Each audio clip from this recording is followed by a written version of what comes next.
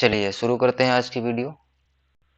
तो हम लोगों ने कल पिछली क्लास में जो है बात की थी अ, कि पेपर का पैटर्न कैसा होगा, क्या-क्या आएगा आपके पेपर में और कितने मार्क्स में डिवीज़न होगा, टोटल टाइमिंग क्या होगी, ये सब हमने जान लिया था। तो आज हम लोग बात करते हैं कि आपको पढ़ना क्या-क्या है, सिलेबस के बारे में थोड़ा-सा जान लेते हैं, फिर आगे बढ़ते हैं। टॉपिक वाइज़ हम लोग सब्जेक्ट को कवर करेंगे। तो चलिए पहले सबसे पहले बात कर लेते हैं। ये आपके सामने पेज एक ओपन है जहाँ पे आपका मैथमेटिक्स का यानी कि अब जो आपका आना है न्यूमेरिकल एबिलिटी उसका अरिथमेटिक टेस्ट उसका सिलेबस आपके सामने है। जो पहला चैप्टर है तो पहले चैप्टर्स के बारे में जान लेते हैं कि टोटल चैप्टर्स कितने हैं, फिर हम आगे बात करते हैं।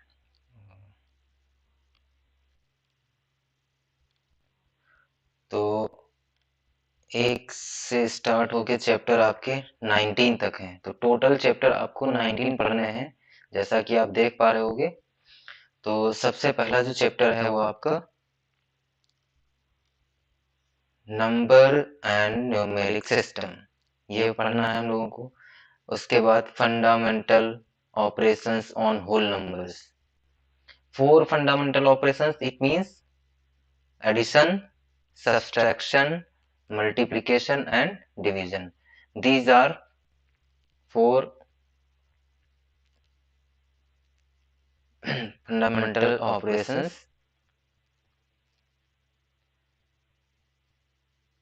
After that हम लोग पढ़ने वाले हैं fractional number and fundamental operations. Fractional numbers और फंडामेंटल ऑपरेशंस के बारे में आप 5th क्लास में पढ़ रहे हो और इधर भी वही आपका कॉमन पार्ट रहेगा। इसके बाद 4th चैप्टर आपका है factors and multiples including their properties. Factors और मल्टीपल के बारे में पढ़ना है।